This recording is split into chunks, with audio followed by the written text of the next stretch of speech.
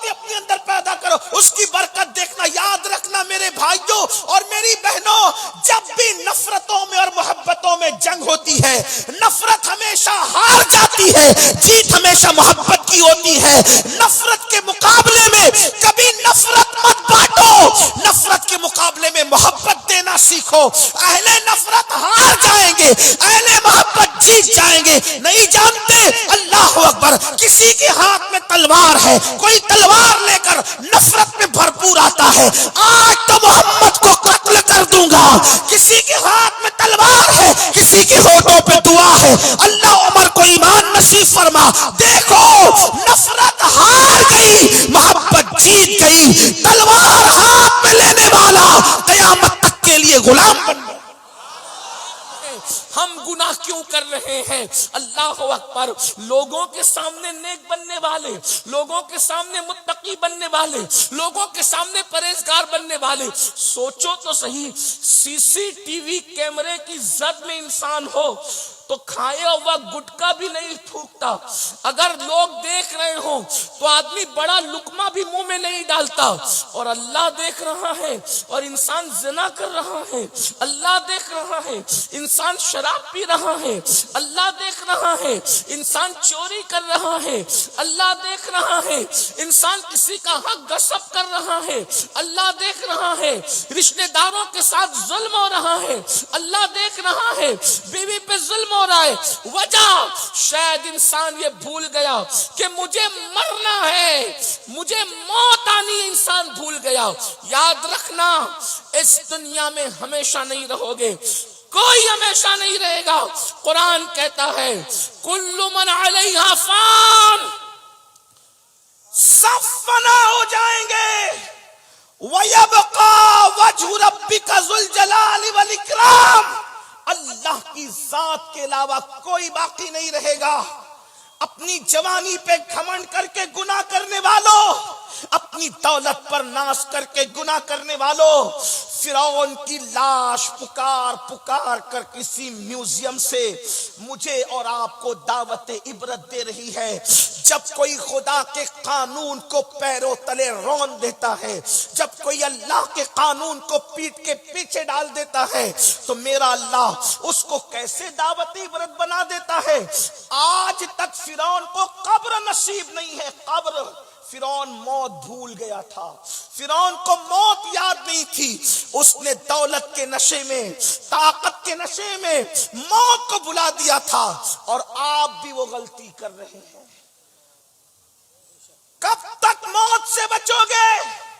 موت سے نہیں بچ سکتے۔ قرآن کہتا ہے اینما تکونوا یدرککم الموت ولو کنتم فی بروج مشیدہ، اگر تم مضبوط قلعوں میں جا کے چھپ جاؤ تو بھی موت سے تم بھاگ نہیں سکتے، مضبوط قلعوں میں بھی موت آ کر کے رہے گی۔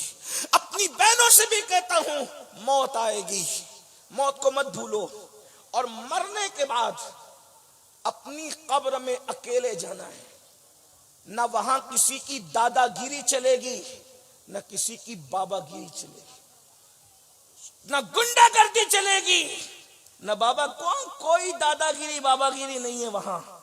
وہاں صرف اور صرف ایمان کے بعد نیک اعمال کی پرشش ہے، اور اللہ نے بھیجا اس لیے ہمیں، دنیا میں آنے کا مقصد قرآن بیان کرتا ہے الذی خلق الموت والحیات لیبلوکم ایکم احسن عملا، کہ ہم نے زندگی اور موت کو پیدا کر کے تمہارا امتحان لیا ہے کہ کون تھوڑی سی زندگی کو پا کر اچھا عمل کرتا ہے۔ تھوڑی سی زندگی کو لے کر کے آئے ہو، بہت تھوڑی زندگی بہت تھوڑی لے کر آئے ہو، بہت زیادہ زندگی نہیں اپنے پاس، بہت ٹائم نہیں اپنے پاس۔ اگر صوفیہ کے فلسفے کے تحت زندگی دیکھنا چاہیں تو کتنی اپنی زندگی، اس کو فلموں کے لیے، زنا کی فلم کے لیے، عیاشی کے لیے، آوارگی کے لیے، ظلم کے لیے، زیادتی کے لیے رکھا ہے۔ کتنی ہے؟ صوفیہ فرماتے ہیں فلسفہ موت حیات تو بس اتنا ہے، پیدا ہوئے، اذان ہوئی اور مر گئے، نماز ہوئی۔ حالانکہ فقہ کا اس سے کوئی تعلق نہیں ہے، اس اذان اور نماز کا فقہی، لیکن یہ صوفیہ کا فلسفہ زندگی بیان کرنے کا انداز ہے۔ کیا پیدا ہوئے اذان ہوئی کان میں، مر گئے نماز جنازہ. تو اذان اور نماز، بلکہ اذان بھی نہیں، اذان کے بعد اقامت بھی ہو گئی، اذان کے بعد اقامت بھی ہو گئی. اور اقامت اور جماعت میں جتنا وقفہ ہوتا ہے بس اتنی اپنی زندگی. کتنی زندگی ہے اس زندگی کے لیے؟ اب سنو، یہ چند گھڑیوں کی زندگی، اس میں گناہ کرو گے تو نہ ختم ہونے والا عذاب سامنے ہے، اور اگر اس کو صحیح استعمال کر کے اچھا عمل کرو گے تو پھر ہمیشہ ہمیشہ کے لیے جنت کی نعمتیں ہیں، جنت کی بہاریں ہیں. اب آپ پر ہے، کرتے کیا ہو؟ اور پھر سنو، آسانی سے موت نہیں آتی. تھوڑی دیر ذرا موت کو سن لے کہ موت کیسے آتی. موت کیسے آتی ہے؟ حضرت سیدنا عبداللہ ابن عمرو ابن عاص فرماتے ہیں کہ میں نے اپنے ابا حضرت عمرو ابن عاص سے پوچھا، بابا موت کے وقت کیسا لگتا ہے؟ جس گھاٹی سے آپ کو اور ہمیں گزرنا ہے، جس موت کو بلا رکھا ہے. حضرت عمرو ابن عاص سے جب ان کے شہزادے، وہ خود بھی صحابی ہیں، انہوں نے پوچھا بابا موت کے وقت کیسا لگتا ہے؟ تو حضرت عمرو ابن عاص فرماتے ہیں، بیٹا اگر کسی کے سینے پر زمین اور آسمان کو سمیٹ کے رکھ دیا جائے. فقیہ ابو اللہ سمرقندی اپنی کتاب میں لکھ رہے ہیں، میں اپنی بہنوں سے کہتا ہوں بے پردگی کے ساتھ کسی مرد کے سامنے آنے سے پہلے اس حدیث پہ غور کرنا. میں اپنے بھائیوں سے کہتا ہوں جب نفس ورگلائے کسی عورت پر پاپ کی نظر ڈالنے کے لیے تو سوچنا کہ ہمیں کس گھاٹی سے گزرنا ہے. رشتہ داروں پہ ظلم کرنے سے پہلے سوچو کس گھاٹی سے گزرنا ہے. ماں باپ کی بد دعا لینے سے پہلے سوچو کس گھاٹی سے گزرنا ہے. کانوں میں ایئر فون لگا کر گانے سننے سے پہلے سوچو کس گھاٹی سے گزرنا ہے. سالن میں نمک زیادہ ہونے پر بیویوں پر ہاتھ اٹھانے اور ان کو طلاق کی دھمکیاں دینے سے پہلے سوچو کس گھاٹی سے گزرنا ہے. اللہ دور نہیں، ایک دن موت ہے موت. عمرو ابن عاص کہتے ہیں جب انسان مرنے لگتا ہے تو اس کے سینے پر اتنا وزن رکھ دیا جاتا ہے، ایسا لگتا ہے کہ جیسے زمین اور آسمان کو سمیٹ کر اس کے سینے پہ رکھا گیا ہے. اگر چکی کا پتھر رکھ دیا جائے نا سینے پہ، کیا ہو؟ زمین اور آسمان کے برابر وزن کس کو کہتے ہیں؟ اگر یہ حدیث میں نہیں آتا تو شاید مجھے بولنے کی ہمت نہیں ہوتی. فقی لکھ رہے ہیں، حدیث پاک میں موجود ہے. تھوڑی دیر کے لیے تصور کرو کس گھاٹی سے گزرنا، کس مقام سے گزرنا ہے. بڑی معذرت کے ساتھ میرے جوانوں، یہ شاعری کی دنیا الگ ہے اور حدیثوں کی دنیا الگ ہے. شاعری میں آدمی جو کہہ دے موت کے وقت جو ہوگا دیکھا جائے گا. یہ صحابہ کہہ رہے ہیں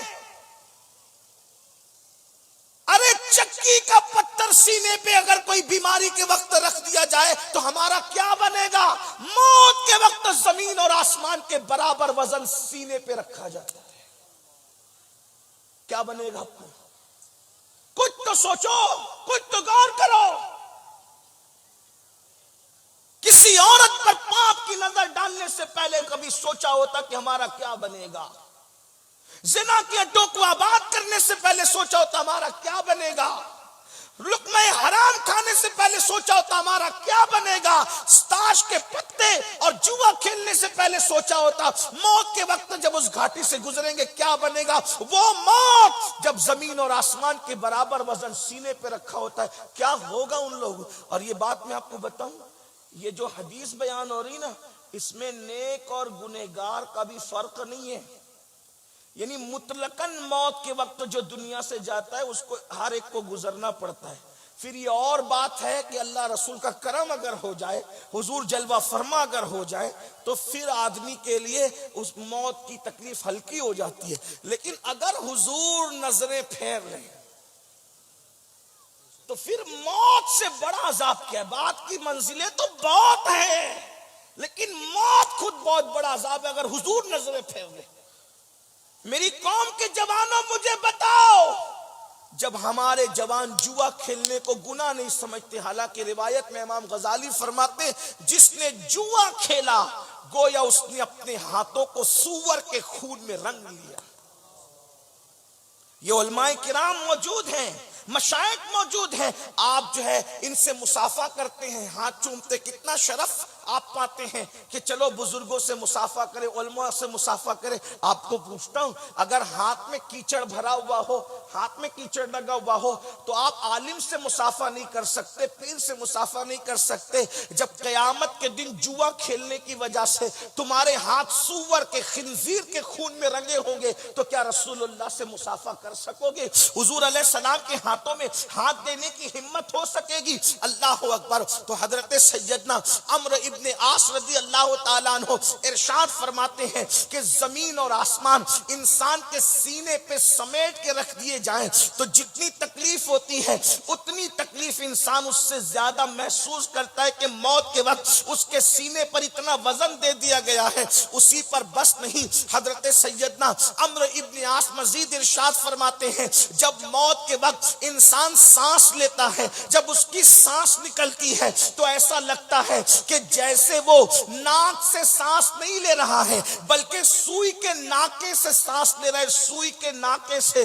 اللہ اکبر. میرے بھائیوں بتاؤ, اللہ اکبر, کہ انسان کو اگر زکام ہو جائے اور زکام کی وجہ سے اس کی ناک بند ہو جائے, اللہ اکبر, زکام کی وجہ سے ناک بند ہو تو سانس لینے میں کتنی تکلیف ہوتی ہے. صحابی رسول کہہ رہے ہیں کہ موت کے وقت انسان جب سانس لیتا ہے تو ایسا لگتا ہے کہ جیسے وہ ناک سے نہیں بلکہ سوئی کے ناکے سے سانس لے رہا ہے. ایسی گھاٹی سے ہمیں اور آپ کو گزرنا ہے. عمرو ابن عاص فرماتے ہیں اور جب انسان مرتا ہے تو اس کو کتنی تکلیف ہوتی ہے. ارشاد فرماتے ہیں کسی کے پیٹ میں ببول کا درخت تو اگا دیا جائے اور پیچھے کے مقام سے اس کو کھینچا جائے تو اس کا کیا بنے گا؟ عمرو ابن عاص فرماتے ہیں ایسی تکلیف موت کے وقت ہوتی ہے. پھر اپنے بیٹے سے کہتے ہیں عبداللہ اس سے زیادہ کیا بتائیں, موت کی تکلیف بیان نہیں ہو سکتی. اب میرے آقا علیہ السلام کے دیوانوں, میری قوم کے جوانوں, میری بھائی میری بہنوں, مجھے بتاؤ اس گھاٹی سے گزرنا ہے, پھر بھی انسان ظلم کرے گا, پھر بھی انسان گناہ کرے گا, پھر بھی انسان برائیاں کرے گا. بتائیے نا کتنے گناہ ہیں. کسی کا حال یہ ہے کوئی ماں کا دل دکھا رہا ہے, اللہ اکبر, نوجوان آج کے لڑکے اور لڑکیاں اللہ ماں باپ کو بھیک مانگنے پہ مجبور کر رہے ہیں, کوئی دھکے دے کے ماں باپ کو گھر سے نکال رہا ہے, کوئی ماں کو بہن کے گھر پہنچا رہا ہے, کوئی ماں سے کہتا ہے کیا تیرے اور بچے نہیں ہیں, میں ہی تجھے پالوں, کوئی باپ کو کہتا ہے بس کرو تمہاری بیماری پہ خرچ کرتے کرتے میں تھک گیا ہوں. مجھے بتاؤ, اللہ اکبر, نادانو اچھی طرح سے سن لو, ماں باپ اس نعمت کو کہتے, اس نعمت کو کسی کے خوبصورت چہرے کو دیکھ کر وہ ثواب نہیں ملتا جو ماں باپ کے جھری پڑے ہوئے چہروں کو دیکھ کے ملتا ہے. میرے آقا فرماتے ہیں جس نے ماں باپ کے چہرے کو محبت کی نگاہ سے دیکھا اللہ اس کو مقبول حج کا ثواب عطا فرماتا ہے. میرے آقا صلی اللہ علیہ وآلہ وسلم کے پیارے دیوانوں, آج کل کی نوجوان لڑکیاں جب بہو بن کر آتی ہے تو سیریل دیکھنے کی وجہ سے, فلمیں دیکھنے کی وجہ سے, ان کی صحیح تربیت نہ ہونے کی وجہ سے ان کو سب سے زیادہ اگر نفرت ہوتی ہے تو بڈھے لوگوں سے ہوتی ہے. او نوجوان لڑکے اور لڑکیاں, آج کل نوجوان لڑکے اور لڑکیاں بڈھوں کو پسند نہیں کرتے. ٹرین چلا ہے, یہ بڈھے لوگ بک بک کرتے ہیں, یہ تو بے پر کی باتیں کرتے ہیں, ان کو تو عقل نہیں ہے, ان کو تو سمجھ نہیں. سن لو, اللہ کے رسول علیہ السلام نے فرمایا تمہارے لیے برکت اپنے بڑوں سے وابستگی میں ہے, اپنے بڑوں سے وابستہ رہو. بوڑھے لوگ بک بک کرتے کرنے دو, بد عقلی کی باتیں کرتے کرنے دو. میں کہتا ہوں ہر بوڑھے کو گھر سے نکالو گے تو ایک دن تمہیں بھی تو بڑھاپا آئے گا نا. اپنا کیا بنے گا, اپنا کیا بنے گا. اور یاد رکھنا یہ ہمارا امتحان ہے, امتحان کہ ہم بڑھاپے میں پہنچنے کے بعد ماں باپ کے ساتھ سلوک کیا کرتے. اور یہ بھی یاد رکھو اصلاح معاشرہ کے جلسے میں آنے والوں, اصلاح معاشرہ کی گفتگو سننے والوں, جس کے دامن میں ماں باپ کی دعا نہیں ہے، وہ انسان کروڑ پتی ہو جائے، ارب پتی ہو جائے، کھرب پتی ہو جائے، وہ کبھی کامیاب نہیں ہو سکتا۔ دنیا کا سب سے کامیاب انسان وہ ہے جس کے دامن میں ماں باپ کی دعا ہے۔ اگر ماں باپ کی دعا ہے تو انسان دنیا میں بھی کامیاب ہے اور آخرت میں بھی کامیاب ہے۔ آپ کیا سمجھ رہے ہیں ماں باپ کی دعا کو؟ ماں باپ کی دعا چور اور ڈاکوؤں کو ولی بنا دیتی ہے، اور ماں باپ کی بد دعا ولیوں کی ولایت کو بھی چھنوا دیتی ہے۔ اس لیے اپنے ماں باپ کا دل نہ دکھاؤ۔ آج کل کی لڑکیاں شوہر کو کہتی تمہارے اماں ابا رہیں گے، ہم نہیں رہیں گے۔ میں جانتا ہوں کہ ساس کو علم نہیں ہوتا، نئے دور کی بہو کے مقابلے میں اس کی نہیں بنتی، لیکن بہوؤں کو سوچنا چاہیے کہ آج میں بہو ہوں، کل میں بھی تو ساس بنوں گی۔ آج کسی کا بیٹا میرا شوہر بنا ہے، کل میرا بیٹا کسی کا شوہر بنے گا۔ اور ایک بات یہ یاد رکھنا، اللہ کے رسول نے فرمایا کما تدین و تدان، کما تدین و تدان، تم جیسا کرو گے تمہارے ساتھ ویسا ہی کیا جائے گا۔ اگر تم نے کسی کا بیٹا چھین کر کسی عورت کو ویران کیا، تمہارا ایک نہیں دو چھینا جائے گا۔ جتنا تم کسی کو ستاؤ گی اس سے زیادہ کوئی تمہیں ستائے گا۔ ساس بہو کے جھگڑے آج گھر گھر ہے، اور ہر بہو چاہتی ہے کہ میری ساس سسر میرے ساتھ رہے، میں آرام سے رہوں۔ میری بہن آج تو کسی کی ماں کو کسی کے بیٹے سے دور کرے گی، جدائی پیدا کرے گی، اللہ قیامت کے دن تجھے سزا دے گا، لیکن اس سے پہلے دنیا میں تیری گود خالی ہوگی میری بہن۔ میں بطور بد دعا نہیں کہہ رہا ہوں، آگاہ کرنے کے لیے کہہ رہا ہوں۔ یاد رکھنا، اللہ کے رسول نے فرمایا کما تدین و تدان، تم جیسا کرو گے تمہارے ساتھ ویسا کیا جائے گا۔ اور جب آج تم کسی کو دکھ دو گی ساس کی شکل میں، کل تمہاری بہویں بھی تمہیں دکھ دے، خدمت کرو ان کی۔ وہ بک بک کرتی ہے تو برداشت کر لو ماں سمجھ کر۔ آئیے چلیے ایک میں نسخہ پیش کر دوں، ساس بہو کا جھگڑا ختم کیسے ہو۔ بہت آسان نسخہ میرے پاس، بہت آسان۔ اس میں پہلے ایک واقعہ بتاؤں گا، آپ کو سمجھ میں آئے گا نسخہ کیا ہے، توجہ کرنا۔ لیکن بہنوں سے کہتا ہوں اپنے شوہر کو اس کی ماں سے الگ مت کرو، کیونکہ تمہاری جنت تمہارا شوہر ہے اور تمہارے شوہر کی جنت اس کے ماں باپ ہے۔ وہ بیوی کبھی بھی عقل مند نہیں ہے جو اپنے شوہر کو اپنے ماں باپ سے الگ کرے۔ اپنے شوہر کو جہنمی مت بناؤ جہنمی، یہ چند دن ہے گزار لو۔ اور ایک بات یاد رکھنا، شوہر بیوی جو وہ ساس بک بک کرتی ہے، تکلیف دیتی ہے، مصیبت دیتی ہے، آپ اس سے پیار کرو۔ دیکھو سب سے پیار کرنا سیکھو، میں آپ سے بھی کہتا ہوں محبت کرنا سیکھو۔ اللہ کے رسول صلی اللہ علیہ وآلہ وسلم نے فرمایا میرے اللہ نے میری تربیت کی اور مجھے اخلاق سکھائے۔ کیا اخلاق سکھائے؟ آقا فرماتے میرے اللہ نے مجھے 3 باتیں سکھائی، جو تم سے دور بھاگے تم اس کے قریب جاؤ۔ یہ صرف سانس کے لیے نہیں ہے، ہر مسلمان اس 3 بات کو غور سے سنے۔ آقا فرماتے جو تم سے دور بھاگے تم اس کے قریب جاؤ، رشتہ دار دور بھاگتے قریب جاؤ، چچا تایا دور بھاگتے قریب جاؤ، دوست دور بھاگتے قریب جاؤ۔ آقا نے ہمیں اخلاق سکھائے، جو تم سے دور بھاگے تم اس کے قریب جاؤ، جو تمہیں توڑے تم اس کو جوڑو۔ توڑنے کا مقابلہ توڑنے سے نہیں کرو، جو تمہیں توڑے تم اس کو جوڑو، اور پھر جو تم کو محروم کرے تم اس کو عطا کرو۔ 3 باتیں اپنے اندر پیدا کرو، اس کی برکت دیکھنا۔ یاد رکھنا میرے بھائیوں اور میری بہنوں، جب بھی نفرتوں میں اور محبتوں میں جنگ ہوتی ہے، نفرت ہمیشہ ہار جاتی ہے، جیت ہمیشہ محبت کی ہوتی ہے۔ نفرت کے مقابلے میں کبھی نفرت مت بانٹو، نفرت کے مقابلے میں محبت دینا سیکھو۔ اہل نفرت ہار جائیں گے، اہل محبت جیت جائیں گے۔ نہیں جانتے اللہ اکبر، کسی کے ہاتھ میں تلوار ہے، کوئی تلوار لے کر نفرت میں بھرپور آتا ہے، آج تو محمد کو قتل کر دوں گا۔ کسی کے ہاتھ میں تلوار ہے، کسی کے ہونٹوں پہ دعا ہے، اللہ عمر کو ایمان نصیب فرما۔ دیکھو نفرت ہار گئی، محبت جیت گئی۔ تلوار ہاتھ میں لینے والا قیامت تک کے لیے غلام بن گیا۔ نہیں دیکھتے، تاریخ ہے، تاریخ ہے، تاریخ ہے۔ نفرتیں ہمیشہ ہارنے کے لیے ہے، محبت ہمیشہ محبت پیش۔ جن کے ہاتھوں میں پتھر تھے ان کے لیے میرے نبی کی دعا تھی، اللہم اہدی قومی، اے اللہ میری قوم کو ہدایت عطا فرما، اللہم اہدی قومی فإنہ لا یعلمون، یہ مجھے نہیں جانتے۔ محبتیں جیت گئی۔ فتح مکہ کے دن وہی لوگ مجرم کی طرح سر جھکائے کھڑے تھے، آقا سے وہ سوچتے تھے کہ ابھی اشارہ ابرو ہوگا اور خون کی ندیاں بہیں گی، لیکن جانتے حضور نے کیا کیا؟ حضور نے کیا کیا؟ فرمایا جاؤ میں نے تم سب کو معاف کر دی۔ کیا اثر ہوا؟ جو چاند کے ٹکڑے دیکھ کر مسلمان نہیں ہوئے تھے، جو چاند کے ٹکڑے دیکھ کے مسلمان نہیں ہوئے تھے، نبی کے معاف کرنے کا انداز دیکھ کر مسلمان ہو گئے۔ یہ ہے محبت۔ محبت بہت پاورفل چیز ہے۔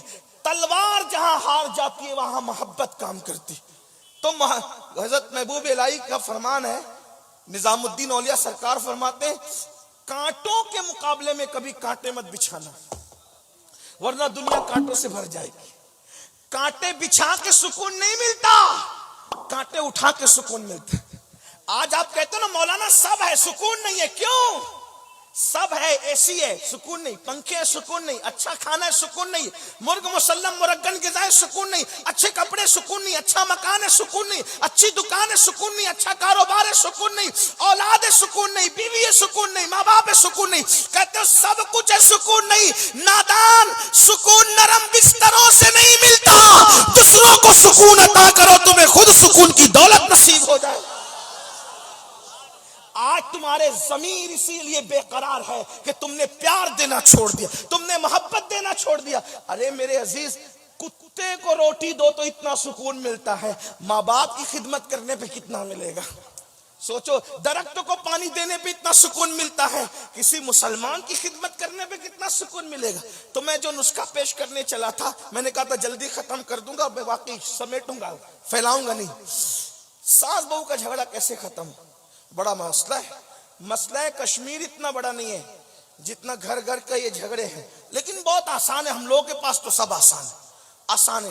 کہتے ہیں بہنیں، نوجوان بہنیں غور سے سنیں، میں ان کی مجبوریاں جانتا ہوں، اکڑ دماغ اور کھڑ دماغ بڈھیاں یقین جانے ایسی بک پیچھے لگاتی ہے کہ جلدی جوانوں سے ہضم نہیں ہوتا۔ اگر بڈھی امی موجود ہے تو معاف کرنا، کھانا کھا کے بھی کہیں گی کہ مجھے کھلایا نہیں۔ بڑھاپے میں دماغ ہی بچوں کی طرح ہو جاتا ہے تو نوجوان اس کو جلدی جب وہ برداشت نہیں کر پاتے۔ لیکن یاد رکھیں، اتنا سوچنا ہے کہ میں نے بھی بوڑھی ہونا ہے، بس آپ سے بھی کہتا ہوں، آپ نے بھی سوچنا ہے جب ماں باپ بک بک کرے تو سوچنا ہے کہ ہم نے بھی بوڑھا ہونا ہے۔ اور یاد رکھنا، بوڑھوں کی بڑی برکت ہے، جس گھر میں بوڑھے ہوتے ہیں اس گھر میں رحمتیں نازل ہوتی، بوڑھوں کے قدموں میں برکت ہے۔ یہ بڈھے لوگ بہت قیمتی ہے، بلکہ اللہ فرماتا ہے جن کی داڑھی اسلام میں سفید ہو جائے میں ان کی دعا کو رد نہیں کرتا، ان کی دعا کو رد کرنے میں حیا کرتا ہوں۔ جب انسان بڈھا ہو جاتا ہے تو اللہ فرشتوں سے کہتا ہے اس کے گناہ مت لکھا کرو۔ اللہ تعالیٰ بڈھوں سے محبت کرتا ہے، بڈھے لوگ بہت اچھے ہوں، لیکن بہرحال اب وہ ہو جاتا ہے مسئلہ۔ ایک لڑکی تھی، اس کی شادی ہوئی، ایک لڑکی تھی اس کی شادی ہوئی، شادی ہو کر کے جیسے وہ اپنی سسرال گئی، شوہر تو تھا بہت اچھا، میاں بیوی پٹتی بھی اچھی تھی، لیکن بڑی بھی پیچھے لگی رہتی تھی، یہ نہیں کیا، وہ نہیں کیا، وہ نہیں کیا، وہ نہیں کیا، وہ نہیں کیا۔ تنگ آ گئی بہو، تنگ آئی تو اپنے ابا کے پاس گئی، بابا یہ بڑھیا بہت پریشان کرتی ہے، بابا اس کا کچھ علاج بتاؤ۔ باپ شریف تھا، شریف باپ نے کہا بیٹا وہ تیرے شوہر کی ماں ہے، اگر وہ بک کرتی ہے تو تو اپنی ماں سمجھ کر اس کو برداشت کر۔ یہ اس دور کی بات ہے جب لوگ ماں کی بات بھی سنتے تھے، ابھی لوگ ماں کی نہیں سنتے تو ساس کی کیا سنیں؟ آج کی بچیاں تو ماں کی بھی نہیں سنتی، آج کے بچے تو ماں باپ کی نہیں سنتے۔ بہرحال تو وہ دور تھا، کہا بیٹی ماں سمجھ کے برداشت کر لے بیٹا، جانے دے۔ کہا نہیں میں واپس گھر آؤں گی۔ باپ نے کہا بیٹا شریفوں کی بیٹیاں شادی کا جوڑا پہن کے نکلتی ہے تو شوہر کے گھر سے پھر وہ کفن پہن کے نکلتی ہے، ہمارے یہاں شادی کے بعد واپسی کا کوئی تصور نہیں ہے۔ اور یہی میں آج کے ماں باپ سے بھی کہنا چاہتا ہوں، اپنی بیٹیوں کو شے دے کے بگاڑو مت کہ ہم پال لیں گے، ہم پال لیں گے۔ ارے تو اپنی بیٹی کو سونے کے گولڈ کے پلنگ پہ سلا سکتا ہے، لیکن جو شوہر دے سکتا ہے کیا وہ تو دے سکتا ہے؟ بیوی کو سکون صرف شوہر کے ساتھ ملتا ہے، لتسکنوا الیہا، بھائی وہ نہیں دے سکتا جو شوہر دے سکتا ہے، باپ وہ نہیں دے سکتا جو شوہر دے سکتا ہے، ماں وہ نہیں دے سکتی جو شوہر دے سکتا ہے، سہیلیاں وہ نہیں دے سکتی جو شوہر دے سکتا ہے۔ شوہر کے پاس جو ہے وہ کسی اور کو دینے کے لیے جائز بھی نہیں ہے، وہ دے بھی نہیں سکتا۔ اس لیے قوم کی بیٹیوں سے کہتا ہوں، اگر اللہ نہ کرے زندگی میں کوئی ظالم شوہر مل جائے، نباہ کر لو نباہ، کیونکہ ہمارے نبی نے فرمایا جو اپنے شوہر کے ظلم پہ صبر کر کے نباہ کرے گی، ایسی عورت کو اللہ حضرت آسیہ اور مریم کا ثواب عطا فرمائے۔ اور آپ سے بھی کہتا ہوں نا کہ اگر ظالم بیوی مل جائے، ہو بھی سکتا ہے، اگر مل جائے آپ بھی صبر کریں، موچوں پہ تاؤ دے کر طلاق کا پلان نہ کریں۔ طلاق مرد لوگ نہیں دیتے، نامرد دیتے ہیں۔ اگر مجھے نامردوں کی فہرست بنانے کی اجازت مل جاتی تو میں ان کے نام پہلے نمبر پہ رکھتا جنہوں نے بے قصور بیویوں کو طلاق دے دیا ہے۔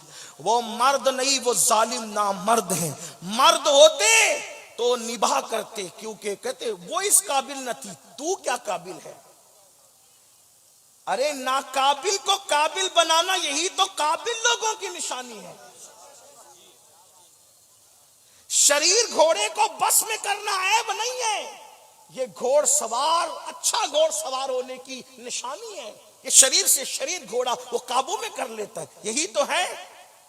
اس لیے اگر بیوی تمہیں ظالم مل جائے تم صبر کرو۔ آقا فرماتے اللہ صبر ایوب کا اجر تمہیں عطا فرمائے گا، تم بھی تھوڑا صبر سے کام۔ اور یاد رکھنا پہلوان وہ نہیں ہے جو لوگوں کو پچھاڑ دے، پہلوان وہ ہے جو غصے کو پی جائے۔ بہترین بہادر انسان وہ ہے جو غصے کو پی جائے، غصے کو پینے والا۔ اور اپنے ہاتھوں کا زور اپنی کمزور بیویوں پہ دکھانے والوں، وہ مرد نہیں ہوتے جو عورتوں کو مارا کرتے۔ اللہ کے رسول علیہ السلام نے فرمایا کمینے لوگ ہیں، کمینے جو عورت کی عزت نہیں کرتے۔ حضور کی حدیث، میرے پاس اتنی طاقت نہیں ہوتی کہ میں یہ باتیں کرتا۔ فقیہ ابو اللہ سمرقندی نے حدیث کے الفاظ لکھے، جو بیوی کو کی عزت نہیں کرنا جانتے وہ کمینے کمینے۔ شریف انسان وہ ہے جو بیوی کی عزت کرنا جانتا ہے۔ اسی لیے میرے آقا نے فرمایا تم میں سب سے بہتر وہ ہے جو اپنی بیوی کے ساتھ اچھا سلوک کرتا ہے۔ ہاتھ میں تسبیح رکھ کر مکاری کرنے کو اچھائی نہیں کہتے، کندھے پہ مسلح ڈال کے گھومنے کو اچھائی نہیں کہتے، صرف داڑیاں رکھ کر کوئی اچھا نہیں ہوتا۔ فرمایا تم میں سب سے اچھا وہ ہے جو اپنی بیوی کے ساتھ اچھا سلوک کرتا ہے۔ جاؤ بیویوں کے دل جیتو۔ تو بہرحال عرض کیا کر رہا تھا، جلدی جلدی سفر پورا کرتے چلتے ہیں۔ مجھے سردی کا احساس ہے اور میں جانتا ہوں 2 گھنٹے بیٹھنے کے بعد سردیوں میں حاجتیں شروع ہو جاتی ہیں، لیکن آپ کے جگر کو پھر سلام کرتا ہوں، آپ کی محبتوں کو پھر سلام کرتا ہوں، لیکن بات پوری کروں گا جلدی سے۔ تو اس لڑکی نے کہا اپنے بابا سے، بابا میں چھوڑ آتی ہوں گھر، شوہر اچھا ہے لیکن ساس اچھی نہیں۔ کہا بیٹی شریفوں کے گھر ایسے نہیں ہوتے کہ بیٹی آ کر کے بیٹھ جائے، نہ ہم تجھے نہیں بٹھائیں گے، جا نباہ کر۔ اب باپ کی طرف سے جب شے نہیں ملتی، ماں کی طرف سے شے نہیں ملتی، تو پھر بچیاں نباہ کرتی۔ اور ایک بات یہ بھی کہتا ہوں، کچھ بچیاں کچھ چنچل ہوتی، بے باک، تو جب دیکھتی کہ ماں باپ شے نہیں دے رہے تو پھر وہ خودکشی کا سوچنے لگتی۔ یاد رکھنا دنیا کی جو مصیبت ہے وہ ختم ہونے والی ہے۔ اگر دنیا کی مصیبت سے تنگ آ کر کے خودکشی کرو گے نا تو قیامت تک جہنم کے اندر تم نے جیسی خودکشی کی ہے ویسی بار بار تمہیں مارا جائے گا۔ جیسے تم نے پھانسی لی تو بار بار جہنم میں تمہیں پھانسی دی جائے گی۔ اگر تم نے زہر پیا بار بار تمہیں جہنم میں زہر پلایا جائے گا۔ اگر تم نے چھورا بھوگ لیا تو تمہیں بار بار تمہارے اندر چھورا بھوگا جائے گا۔ اس کا مطلب یہ ہے کہ دنیا سے اس لیے خودکشی کی تھی کہ چین مل جائے، لیکن یہ 2 دن کا چین دنیا میں نہیں ملا اور آخرت میں ہمیشہ کے لیے عذاب میں مبتلا ہو گئے جب تک اللہ چاہے گا۔ خودکشی کرنے والوں کو دیر تک عذاب ہوگا، خودکشی کرنے والوں کو بہت عذاب ہوگا۔ اور یہ بھی یاد رکھنا خودکشی کرو گے تو بھی جیسے خودکشی کیے بار بار ویسی مارے جاؤ گے، اور اگر کسی کو قتل کیا ہے تو جیسی انداز سے تم نے کسی کو قتل کیا ویسی تمہیں بھی جہنم کے اندر قتل کیا جائے گا۔ اور آقا فرماتے ہیں جس نے کسی بے گناہ کو قتل کیا اللہ نے اس پہ جنت کی خوشبو بھی حرام کر دی. چڑیا کو بے گناہ نہیں مار سکتے, چڑیا کو بے ضرورت نہیں مار سکتے, کھیل کود کے لیے چڑیا نہیں ماری جا سکتی. اگر آپ کو کھانا ہے, اور جو علماء نے جو بتائے ہیں معاملات, اسی اگر کوئی کھیل کود کے لیے چڑیا کی زندگی سے کھیلے, حدیث پاک میں آیا ہے, اللہ کے رسول علیہ السلام فرماتے ہیں کسی نے کسی چڑیا کی زندگی سے کھیل کیا ہوگا تو وہ چڑیا اللہ سے فریاد کرے گی, مولا فلاں نے میری زندگی کے ساتھ کھیلا تھا, آج عدل اور انصاف کا دن ہے, مجھے انصاف چاہیے. اللہ کے رسول فرماتے ہیں چڑیا کی فریاد بجلی کی کڑک کی طرح سنائی دے گی, اور اللہ فرمائے گا آج انصاف کا دن ہے. اگر کسی نے چڑیا کی زندگی سے بھی کھیلا ہے, اس کے اعمال برباد کیے جائیں گے اور اس کو منہ کے بل گھسیٹتے ہوئے جہنم میں داخل کیا جائے گا. چھٹاک بھر کی چڑیا کی زندگی سے جو کھیلے, اس کے اعمال برباد کر کے اسے جہنم میں داخل کیا جائے گا. جو انسانوں کی زندگی سے کھیلے, اس کا کیا حال ہوگا؟ یہ دنیا ہی سب کچھ نہیں ہے, توبہ کرو, بدلو. تو عرض یہ کر رہا تھا کہ دنیا کی مصیبتوں سے تنگ آ کر کبھی خودکشی کا مت سوچنا. یہ دنیا ہے, چند دن میں دنیا گزر جائے گی, ختم ہو جائے گی. آخرت کا سوچو, آخرت میں بہت مزے ہیں, بہت مزے ہیں. آخرت میں بہت کرم ہے, جو چاہو گے وہ نعمتیں ملے گی. دنیا سنوار لو, بس دنیا میں صحیح سے جی لو. تو اس لڑکی نے سوچا ابا تو شے نہیں دے رہے, ابا تو میری مدد نہیں کر رہے. تو اس لڑکی نے کیا کیا, اس کے ابا کے گہرے دوست تھے ایک حکیم صاحب, اور وہ واقعی حکیم تھے. یعنی ایسی آلو چالو بازاری آدمی نہیں, وہ واقعی حکیم تھے. حکیم یعنی حکیم کس کو کہتے ہیں سمجھتے ہو نا, وہ جڑی بوٹی کی دوائیں وغیرہ بناتے ہیں. وہ لوگ کچھ دور میں بہت پڑھے لکھے ہوتے تھے, دوائیں بنانا بھی جانتے تھے, حکمت کی باتیں کرنا بھی جانتے تھے. تو وہ بچپنے سے چچا چچا کہتی تھی, ابا کے گہرے دوست تھے. سوچا ابا مدد نہیں کرے, چچا کے پاس چلو. وہ حکیم صاحب کے پاس گئی, کہنے لگی چچا جان ساس بہت ستاتی ہے, ظالم, گالیاں دیتی ہے, تکلیف پہنچاتی ہے, مصیبت کھڑی کرتی ہے. ابا کو شکایت کی, ابا شکایت قبول کرنے تیار نہیں. اماں کو شکایت کی, اماں شکایت قبول کرنے تیار نہیں. اب چچا ایک کام کرو نا, آپ دوا بنانا جانتے ہو نا, تو ایسی کوئی دوا بناؤ میں بڑھیا کو کھلا دوں تو بڑھیا مر جائے, اس کا قصہ ختم ہو جائے. حکیم صاحب واقعی حکیم نے کہا ہاں صحیح کہا بیٹی, بہت صحیح بات, لیکن تیرا روز اس سے جھگڑا ہوتا ہے, تیری ساس. اگر بڑھیا اچانک مرے گی تو لوگوں کو شک ہوگا نا کہ بہو نے مار ڈالا.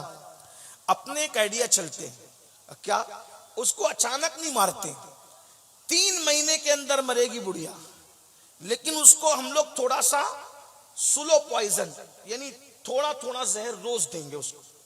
3 مہینے کی میں پڑیا بنا دیتا ہوں, کھانے میں زہر دینا, لیکن لڑنا مت ورنہ پھر شک ہوگا کہ بہو نے مارا. تو کرنا کیا, کہا 3 مہینے تک تجھے صبر کرنا ہے. تو کہا کہ بڑھیا کے پیر دبانا, اس کے سر میں تیل ڈالنا, کنگھی کرنا, اس کے کپڑے دھلنا, اس کو کھانا کھلانا, اتنا پیار کی ایکٹنگ کر کہ ایسا لگے کہ تو اس کی بیٹی ہے. تو ہوگا کیا, جب وہ مر جائے گی زہر سے تو تجھے تیرے اوپر کسی کو شک بھی نہیں آئے گا کہ تو نے مارا ہے. اس نے کہا 3 مہینے اگر بڑھیا کو جھیل لوں تو ہمیشہ کے لیے میری راحت ہی راحت ہے. تو چلو 3 مہینے پیر دبا. 3 مہینے خدمت کرنے میں جاتا کیا ہے, پڑیاں لے کر آئی چپکے سے. اب آئی تو بڑی بھی نے کہا کہاں گئی تھی, اماں وہ تو میں ایسے ہی اپنا انداز پیار کا. اب وہ گالی دے رہی ہے, چھپ ہے, امی میں کھانا دوں تمہیں, چل جا یہاں سے, نکل, بدماش کہیں کی. جو بھی ہوا ہوگا, جیسا بھی ہوا ہوگا, جیسے آپ سنتے دیکھتے رہتے ہیں. اس نے کہا نہیں امی آپ ناراض بھی ہو نا, میں آپ کو کھانا دیتی ہوں. ایک بات یاد رکھنا میرے عزیز, کتے کو بھی پیار دو نا تو کتا بھی دم ہلانے لگتا ہے, بکری کو بھی سہلاؤ نا تو بکری اور گائے بھی گردن جھکا دیتی ہے. پیار میں وہ اثر ہے, پیار میں وہ تاثیر ہے. پتھر بھی موم ہوتا ہے, کتے بھی زیر ہوتے ہیں, جانور بھی سر جھکاتے ہیں. آپ کبھی کسی جانور کے ہاتھ بدن پہ ہاتھ پھیر کے دیکھنا پیار سے, نہ گردن جھکائے تو پھر کہنا. فطرت ہے. محبت کی تاثیر, محبت بڑی پر اثر ہے, محبت میں بڑی تاثیر ہے. جو مہم ہتھیاروں سے سر نہیں ہوتی وہ محبتوں سے سر ہو جاتی ہے. ایک دن گزرا, اس نے وہ پڑیا کھانے میں ملا دی, ناشتے میں کھانے میں ملا کر بڑیا کو دیا. پیر دبا رہی ہے, سر دبا رہی ہے, کپڑے پیش کر رہی ہے. بڑیا سوچ رہی ہے اتنے موڈ میں آج کیسے ہے, یہ بدماش ہمیشہ ستاتی رہتی ہے, منہ چلاتی رہتی ہے, اور یہ آج بڑی خدمت کر رہی ہے. سوچا ہو سکتا ہے کوئی بات ہو, دوسرا دن پھر وہی, تیسرا دن پھر وہی. بہو کے دماغ میں چل رہا ہے 3 مہینے خدمت کرو, ہمیشہ کے لیے چھٹی پاؤ. جیسے ہی 8-10 دن گزرے, اب یہ پیار دینے والی بہو پیار دے رہی, تو بڑھیا نے سوچا یا اللہ میری بہو مجھے اتنا پیار دے رہی, میں وہی کم وقت دل میں اس کا کینہ لے کے بیٹھی. تو بڑھیا نے بھی سوچا جب بہو بدل گئی تو مجھے بھی بدل جانا چاہیے. اب وہ دونوں میں پیار ہو گیا, جھگڑا ختم ہو گیا, محبت ختم ہو گئی. 8-10 دن میں یہ ہوا تو بہو جو ہے وہ ساس کو ماں کی طرح لگنے لگی, اور بہو ساس جو ہے وہ بہو کے لیے بہو جو ہے وہ ساس کو بیٹی کی طرح دکھنے لگی. اب وہ ساس بہو ایک دوسرے کے بغیر رہ نہیں رہے, ادھر محبت ہوئی تو ادھر بھی محبت ہو گئی. اب بیٹی بیٹی بیٹی کہہ کے پکارتی ہے, گھر کا ماحول بدل گیا, جھگڑا ختم ہو گیا, یہ ہو گیا وہ ہو گیا, یہ بھی اس کے بغیر نہیں, وہ بھی اس کے بغیر نہیں. اس کو اچانک خیال ہے ارے بڑھیا تو 3 مہینے بعد مر جائے گی, میری اتنی اچھی ساس 3 مہینے بعد مر جائے گی. 15 دن کے بعد روتے دھوتے پہنچی, چچا وہ جو آپ نے 15 پڑیاں تو کھلا دی اس کو, اور وہ مر جائے گی, تم نے 3 مہینے کے لیے کہا تھا. میری ساس مجھ سے بہت پیار کر رہی, چچا جو مجھ سے اتنا پیار کرے وہ مر جائے مجھے گوارا نہیں, چچا میری ساس کو بچا لیجئے. مسکرا کر بڑے میاں نے کہا بیٹی میں جانتا تھا جب تو اپنی ساس کو پیار دے گی نا بیٹا تو وہ بھی تجھ سے پیار کرنے پہ مجبور ہو جائے گی. تو کسی کو پاگل کتے نے تو نہیں کاٹا نا کہ محبت کے بدلے میں نفرت ہی کرے, لیکن ایک نہ ایک دن محبت اپنا اثر دکھاتی ہے. بیٹا میں نے زہر نہیں دیا تھا, وہ تو ایسے ہی تو اگر میں منع کرتا تو کہیں اور چلی جاتی, غلط راستے بھی چلی جاتی, کسی بدماش کے پاس چلی جاتی جو واقعی تجھے زہر دیتا. تو میں نے سوچا کہ منع بھی نہ کروں اور یہ کام بھی کر دوں. تو میں جانتا تھا جب تو پیار کرے گی تو وہ بھی پیار کرے گی. میری بہنوں یہ پڑیا آپ بھی لے کر جاؤ, اپنی ساس کی خدمت کرو, نندوں کی خدمت کرو, جٹھانیوں کی خدمت کرو. آپ سے بھی کہتا ہوں لوگوں سے پیار کرو. میرے آقا علیہ السلام کے دیوانوں, یہ قادری فقیر آپ کی بستی میں تمہیں گارنٹی دے کے جا رہا ہے, سب سے پیار کرو, دنیا قدم میں نہ جھک جائے تو پھر کہنا.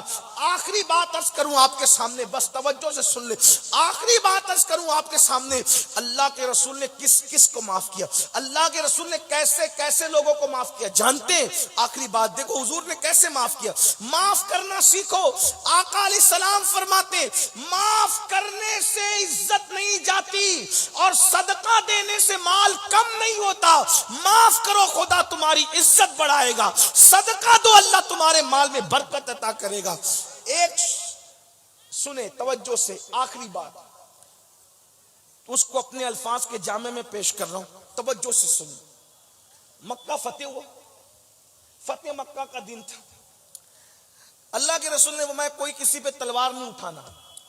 صحابہ نے کہا ٹھیک ہے, لیکن حضور علیہ السلام نے کچھ لوگوں کے نام بلیک لسٹ میں گویا کے رکھے تھے, یعنی یہ دکھے تو اس کو دکھے تو قتل کر دینا ہے, کیونکہ وہ لوگوں نے کیے ہی تھے ایسے کام. ان میں سے کچھ لوگ تھے, ان میں ایک نام تھا وحشی. یہ وحشی کون ہے جانتے ہیں؟ وحشی اللہ اکبر. یہ وحشی وہ شخص ہے, وہ جوان ہے جنہوں نے رسول اللہ کے سگے چچا حضرت امیر حمزہ کو قتل کیا, اور قتل کر کے سینہ چیرا تھا, اور ایک عورت کے حوالے کیا تھا. اس عورت نے وہ کچا چبایا تھا, کلیجہ اور تھوکا تھا. کان کاٹے تھے, ہونٹ کاٹے تھے, ناک کاٹے, انگلیاں کاٹی تھی. لیکن یہ بات یاد رکھیں, جن لوگوں نے بھی ایسا کیا بعد میں وہ مسلمان ہوئے اور حضور نے ان کو معاف کیا. تو اسلام لانے سے پہلے اگر کسی نے کچھ کر دیا تو اسلام لانے کے بعد ہم اس پر تان نہیں کر سکتے. یاد رکھنا, حضور نے جن کو معاف کر دیا اب ہم ان مردے گڑوں کو, ان گڑے ہوئے مردوں کو نہیں اکیل سکتے. کچھ لوگ ایسا کرتے ہیں.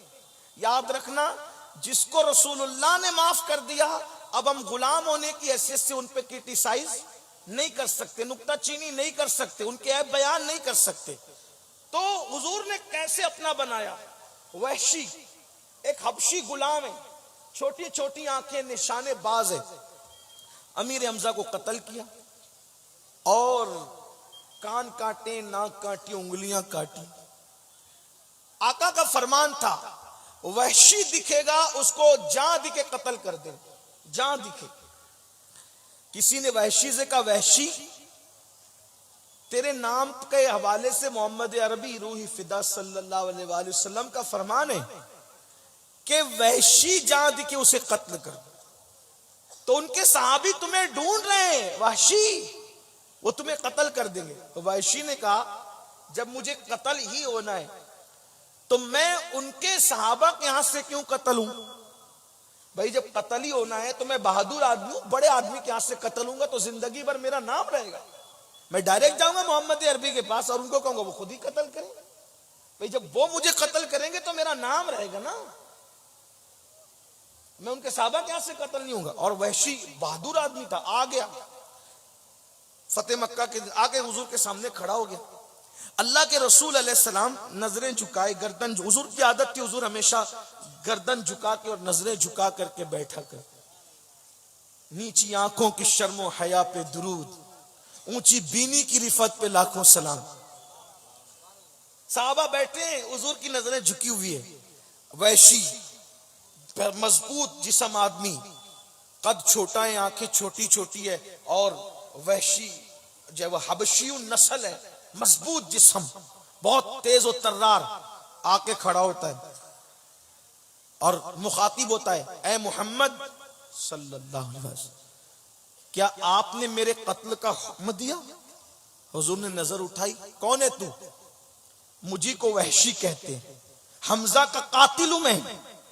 ہاں، میرے چچا کو تو نے قتل کیا، ان کا سینہ چیرا، کان کاٹے، ناک کاٹی، ہونٹ کاٹے، زبان کاٹی، انگلیاں کاٹی، عورتوں نے اس کو پرو کر کے زیور کی شکل میں پہنا تھا. تو یہ نا میرے چچا کا قاتل وحشی، تو ہے نا؟ ہاں، میں نے قتل کیا آپ کے چچا کو، اسی لیے حکم ہے تمہیں قتل کیا جائے. تو اچانک اس کی زبان سے نکلا، اے محمد صلی اللہ علیہ وسلم، کیا آپ مجھے معاف نہیں کر سکتے؟ کون؟ چچا کا قاتل، وہ چچا جن کو حضور باپ کا درجہ دیتے، اپنے چچاؤں میں ان سے بے پناہ پیار کرتے تھے. سوچو مسلمانوں، ہم نبی کے نام پہ جان دینے کی بات کرتے ہیں، لبیک یا رسول اللہ کے نعرے لگاتے ہیں، حضور کو آئیڈیل بنانے کی بات کرتے ہیں، لیکن آج ہمارا انداز کیا ہے؟ ہماری پھوپھیوں سے ہماری نہیں بنتی، ہمارے چچاؤں سے ہماری بات بند ہے، ہمارے رشتہ داروں سے ہم نفرت کرتے ہیں. یاد رکھنا، مولما کی موجودگی میں آئی عرض کیے جا رہا ہوں، داڑھی، ٹوپی اور نماز تمہیں اس وقت تک جنت میں نہیں لے جا سکتی جب تک تمہارے سینوں میں اپنے رشتہ داروں کے لیے، مومنوں کے لیے محبت نہ ہو. اللہ کے رسول فرماتے ہیں ان لوگوں کے سجدے اور ان کی دعائیں ان کے سر کے اوپر نہیں جاتی جن کے دلوں میں مسلمانوں کے لیے کینہ ہوتا ہے.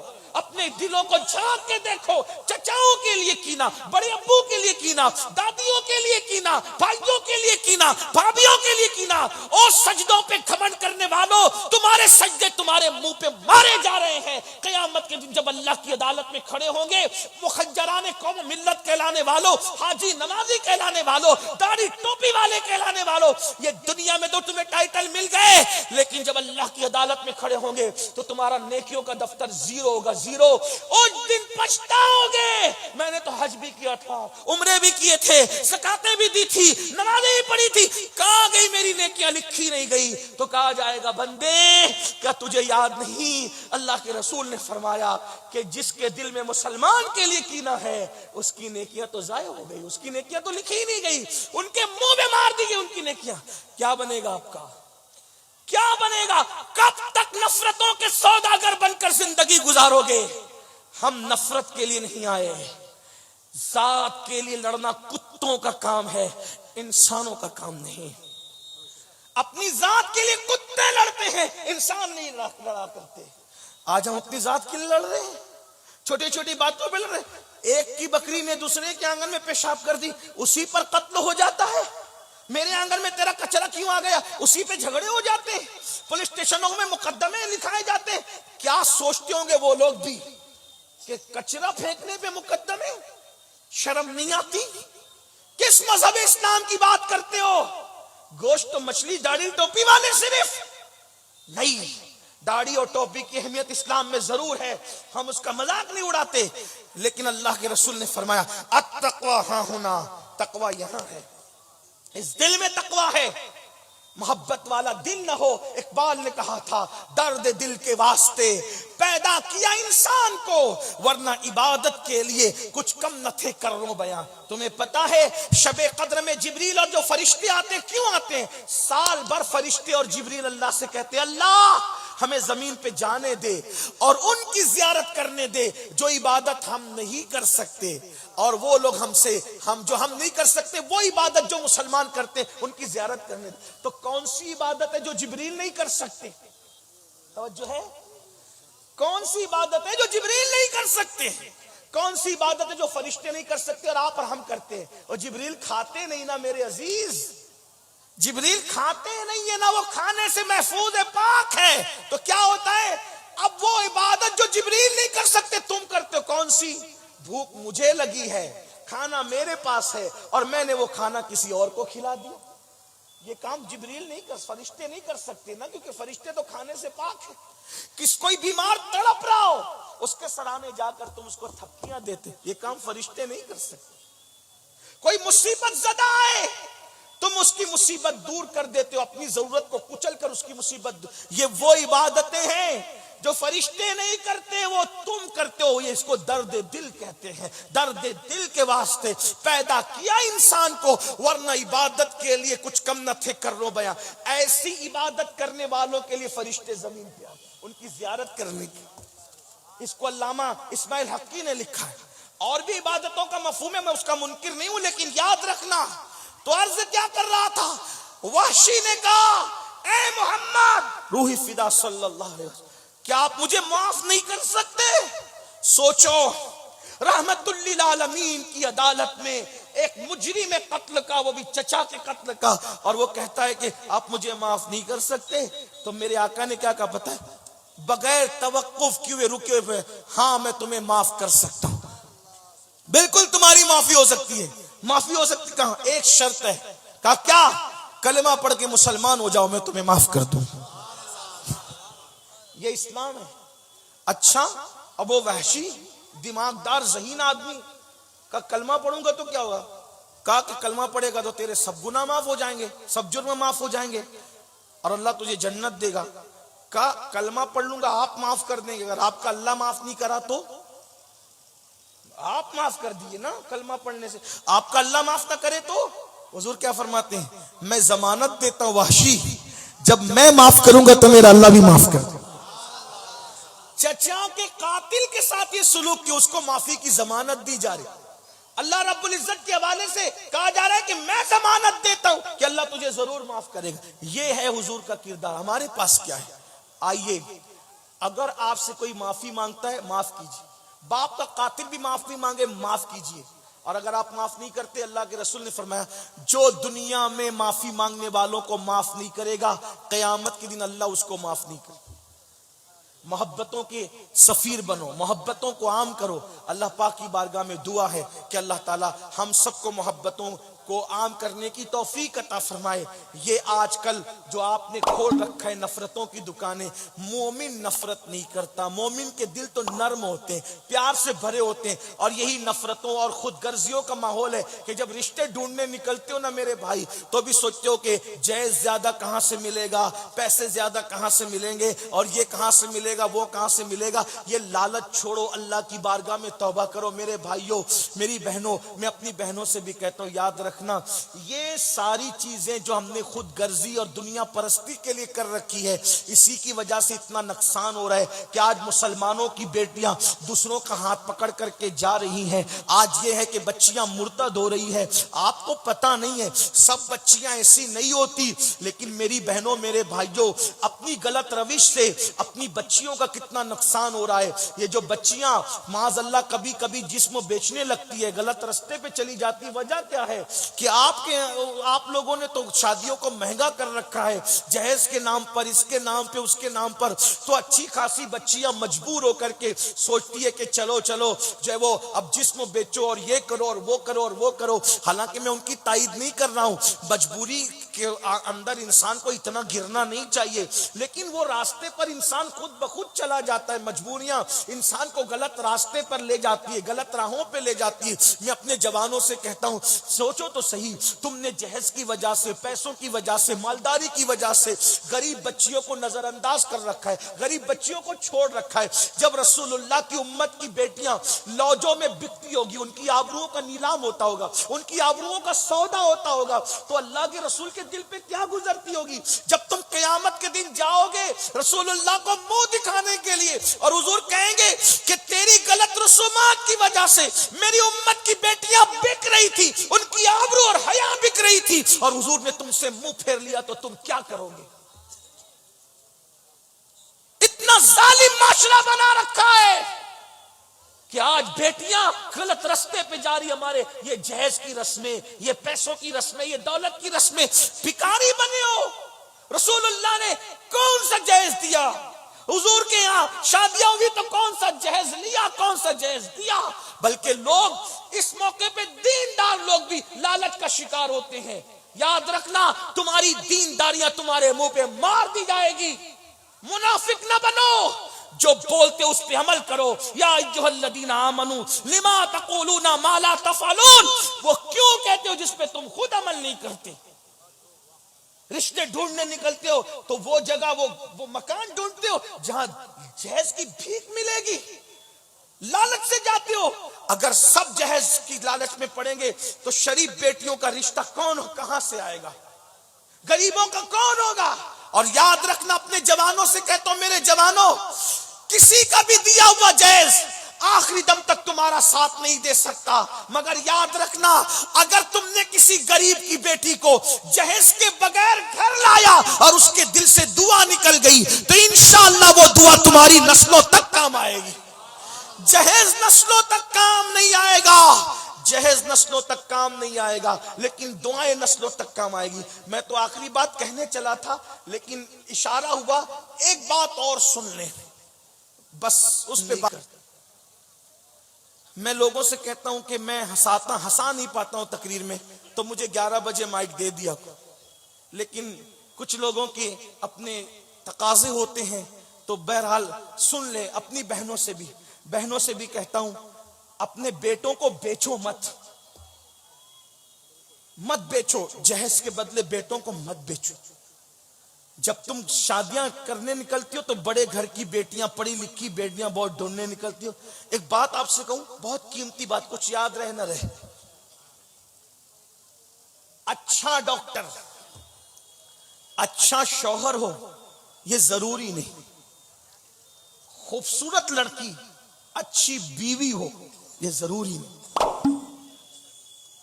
اچھا مقرر، اچھا شوہر ہو ضروری نہیں، اچھا وکیل، اچھا شوہر ہو ضروری نہیں، اچھا ٹیچر، اچھا شوہر ہو ضروری نہیں، اچھی مدرسہ، اچھی بیوی ہو ضروری نہیں۔ تو میری آپ سے گزارش یہ ہے، مالدار، وکیل، ڈاکٹر شادی کے موقع پہ ڈھونڈنے مت نکلو، توجہ ہے، وکیل ڈھونڈنے نکلو مقدمے کے لیے، دھیان رکھنا، بہت قیمتی بات کہنے جا رہا ہوں، آپ کی توجہ، وکیل ڈھونڈنے نکلو مقدمے کے لیے، وکیل کی ضرورت مقدمے میں ہے۔ ڈاکٹر ڈھونڈنے نکلو علاج کے لیے، علاج کے وقت ڈاکٹر کی ضرورت ہے۔ ٹیچر ڈھونڈنے نکلو پڑھنے لکھنے کے لیے، پڑھائی کے لیے ٹیچر کی ضرورت ہے۔ شادی کرنے نکلو، ڈاکٹر، وکیل، ٹیچر، انجینئر، مولانا، خطیب، ادیب ڈھونڈنے کی ضرورت نہیں۔ جب شادی کرنے نکلو تو عورت اچھا شوہر ڈھونڈے اور شوہر اچھی بیوی ڈھونڈے۔ شادی ہم کیا کر رہے ہیں؟ شادی میں ڈاکٹر ڈھونڈ رہے ہیں، تو ڈاکٹر تو ملتا ہے، اچھا شوہر نہیں ملتا ہے نا۔ ہم شادی کے موقع میں مالدار ڈھونڈ رہے ہیں، مالدار تو مل جاتی، اچھی بیوی نہیں ملتی۔ تو جب شادیوں کے لیے نکلو تو صرف اچھا شوہر تلاش کرو، صرف اچھی بیوی تلاش کرو، اور یاد رکھنا کوئی ان پڑھ بھی کبھی اچھے شوہر کا کردار نبھا سکتا ہے، کوئی غریب بھی کبھی اچھی بیوی کا کردار نبھا سکتی ہے اگر اس کے دل میں اللہ کا خوف اور خشیت موجود ہے تو۔ یہ بات یاد رکھنا، آج ہم سب ڈھونڈ رہے ہیں، اچھی بیوی نہیں ڈھونڈ پا رہے کیونکہ ہم نے بیوی کی حیثیت سے ڈھونڈا ہی نہیں۔ ہم سب ڈھونڈ رہے ہیں، اچھا شوہر نہیں ڈھونڈ پا رہے کیونکہ ہم نے اچھے شوہر کی حیثیت سے ڈھونڈا ہی نہیں۔ ہم تو سودے بازی کے لیے نکلے۔ یہ مشرکوں کی رسومات تھی جس کو تم نے اپنایا، اور یاد رکھنا یہ اسلامی معاشرہ کے جلسے معاف کرنا آپ کو جنت میں شاید نہ لے جا سکے۔ کیونکہ آپ نے تو اپنے معاشرے میں مشرکین کی رسومات رکھی. یہ جہیز کا مانگنا لینا دینا ہمارے مذہب میں کہاں ہے کہ اپنے مذہب میں بتاؤ. ہمارے مذہب میں تو یہ کہ ایک سیب کھانے پر شادی ہو جاتی ہے اور وہ بھی بطور سزا سنایا جاتا ہے. اندھی ہے, لنگڑی ہے, لولی ہے نا, یہی کہا جاتا ہے نا. اور وہ نوجوان اس سزا کو سزا کے طور پہ بخوشی قبول کرتے ہیں. اگر سیب کی معافی اسی پر ہے کہ اندھی بیوی چاہیے, لنگڑی چاہیے, لولی چاہیے, سب لے لیں گے, لیکن قیامت میں سیب کا جواب کون دے گا؟ ہے نا. کوئی جہیز تھا ساتھ میں, کوئی کپڑے تھے ساتھ میں, کیا تھا؟ غوث پاک صرف بریانی کھانے کے لیے؟ غوث پاک کے والد بزرگوار کا یہ کردار نہیں آپ کے سامنے؟ بہنوں سے پوچھتا ہوں, مصیبت میں صرف غوث پاک کو پکارتی ہو, کبھی غوث پاک کی امی ابا کا کردار بھی دیکھا؟ اور غوث پاک کی امی یہ بھی نہیں کہتی آنے والا تو اجنبی مسافر ہے, میں اس کے ساتھ کیسے جاؤں, اس کا تو خود کا گھر بھی نہیں ہے, خود کا مکان نہیں ہے, کیسے ابو صالح سے نکاح ہو؟ لیکن وہ سوچتی ہے خود کا مکان ہو نہ ہو, لیکن اللہ سے اتنا ڈرنے والا ہے کہ ایک سیب کی سزا کے طور پہ قبول کر رہا ہے کسی کو. یہ ہوتے کردار, یہ دین, یہ مذہب ہم کہاں ہے؟ تو بات میں جو کرنے چلا تھا اختتام تو یہی کہ مجبوریاں غلط رستے پہ ڈالتی ہے بیٹیوں کو, بیٹوں کو.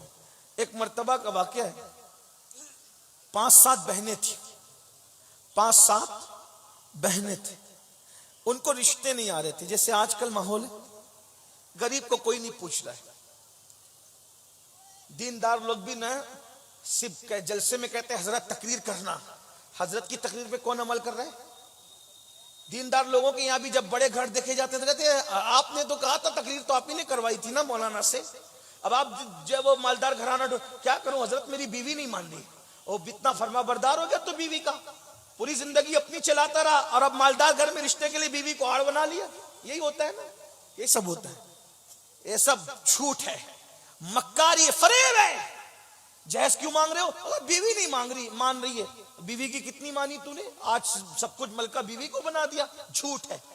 گھر کی شادیوں میں غلط رسمیں کرتے ہو, عورتیں نہیں مان رہی گھر کی, تو عورتوں کی پوری زندگی تم منواتے رہے اور آج شادی کے موقع پہ اتنے بے بس ہو گئے. اس کا مطلب آدمی ایک دوسرے کے پیچھے چھپتا ہے, جھوٹ بولتا ہے انسان.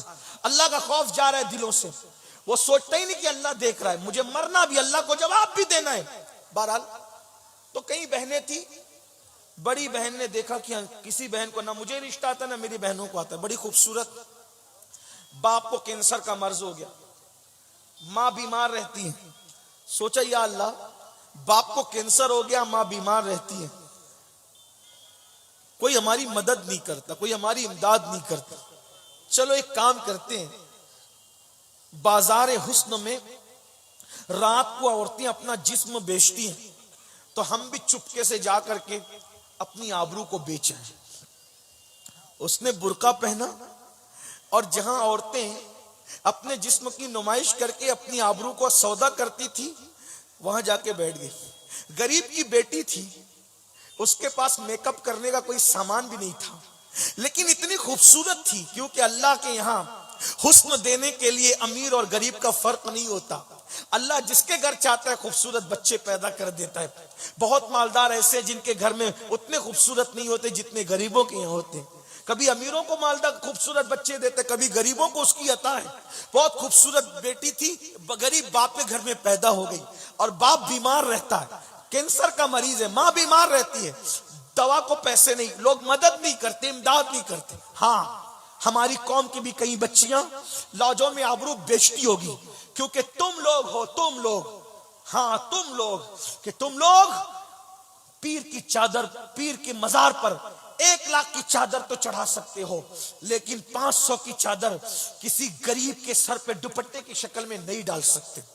اور یہ تقریریں جب کوئی کر کے جاتا ہے تو تم اسے گالیاں دیتے ہو. وہاں بھی آ گیا تھا اور دین کا مذاق اڑانے والا آ گیا تھا. میں کہتا ہوں ہم چادروں کا مذاق اڑانے والے نہیں ہیں, لیکن چادر کی 1 لاکھ کی ضرورت ہمارے پیر کو نہیں ہے, غریب کی بیٹی کو ہے.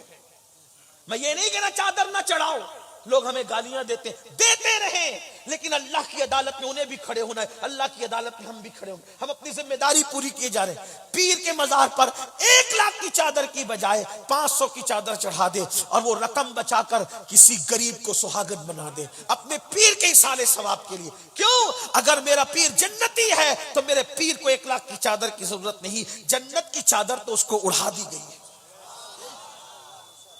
ہاں لیکن تم نہیں کرو گے، مجھے معلوم ہے، اس لیے کہ تم مفت کی جنت لینا چاہتے ہو. نکلو، اصل دین کو پہچانو.